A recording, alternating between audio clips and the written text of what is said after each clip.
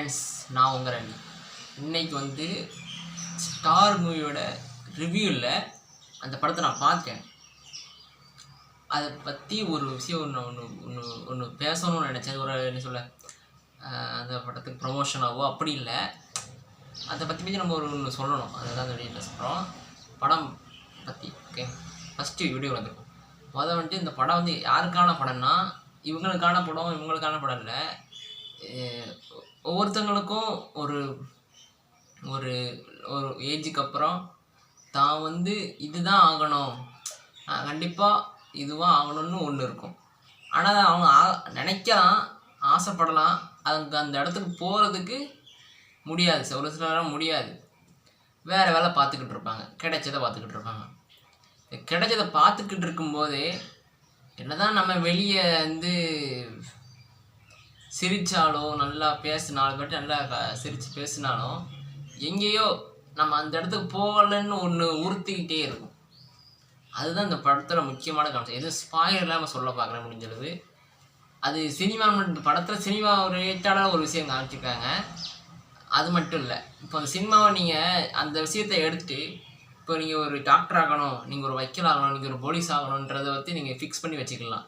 அதுவும் கரெக்டாக இந்த கதைக்கு எதுனாலும் மேட்ச். இந்த தூக்கிட்டீங்க, சினிமாட்ட தூக்கிட்டீங்கன்னா எதுனாலும் ஃபிக்ஸ் பண்ணிங்கன்னா கரெக்டாக இருக்கும்.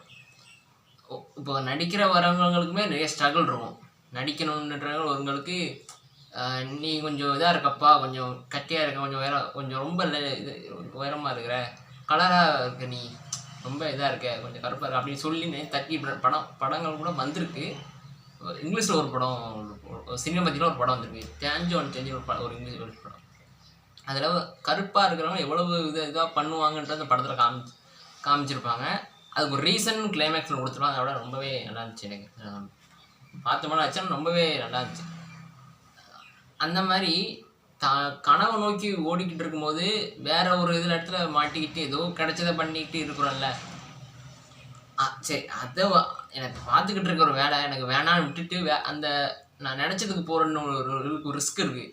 அதில் வர கஷ்டங்கள்ன்றது அது படுறவங்க தான் தெரியும். அது சினிமான்னு இல்லை, எதுனாலும் இப்போ எக்ஸாம் எழுதுகிறோம்னா அதுக்கு முன்னே படிக்கணும்னு ஒன்று இருக்குது. படித்து எக்ஸாம் எழுதுகிறோம், நல்லபடியாக எழுதுனா பாஸ், இல்லைனா ஃபெயில். அப்படின்னா ஒரு இது இருக்குது நமக்கு.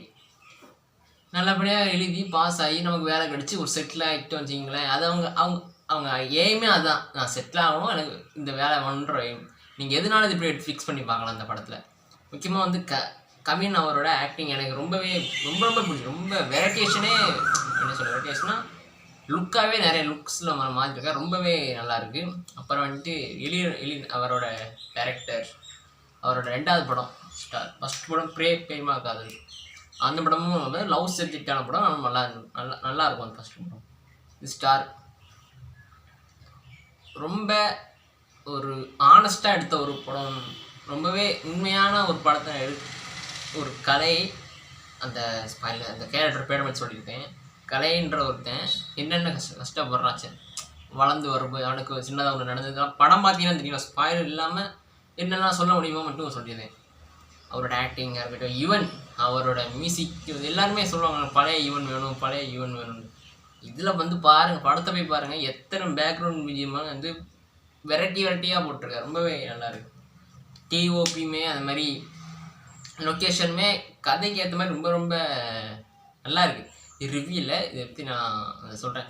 படத்தில் எனக்கு இதாச்சுன்னா, படம் போகுது, கிளைமேக்ஸ் ஒன்று வரும், அது யாருமே எதிர்பார்க்கல. அது செம்ம ஒரு என்ன சொல்ல, என்னடா அது அப்படின்னு பார்க்கும்போது என்ன இது அப்படி தான் இருந்துச்சு. ஏன்னா ரொம்ப புதுசாக இருந்துச்சு, ரொம்ப நல்லா இருந்துச்சு கூட. ரொம்ப கிளைமேக்ஸ்லாம் ரொம்ப நல்லா. லாஸ்ட்டு கவின் ஒரு ஃப்ளெக்ஸ் ஒன்று இருக்கும், அதுவுமே ரொம்ப நல்லா இருந்துச்சு. படம் மொத்தம் ஓரளவு படமே எனக்கு ரொம்ப ஒரு என்ன சொல்கிறேன், இந்த மாதிரி கதை வந்து ரொம்ப தேவையோ, ரொம்ப கட்டாயத்தில் இருக்கோமோன்னு ஒரு ஒன்று இருக்குல்ல, அது ரொம்ப முக்கியம். மொத்தமே ஓரளவு படம் வந்து ரொம்ப நல்லா இருந்துச்சு. நல்லா இருந்துச்சு. பார்க்கணும், பாருங்கள். ரொம்பவே ஃப்ரெண்ட்ஸ் கூட போய் பார்க்கலாம், ஃபேமிலியோட பார்க்கலாம். ரொம்பவே நல்லா இருந்துச்சு. இதான் நான் சொல்லணும்னு நினச்சது. பிடிச்சிருந்தா சேனலை சப்ஸ்கிரைப் பண்ணுங்கள். ஃப்ரெண்ட்ஸுக்கெல்லாம் இதை பற்றி ஷேர் பண்ணுங்கள். அடுத்த ஒரு இன்ட்ரெஸ்டான வீடியோ வந்து பார்ப்போம்.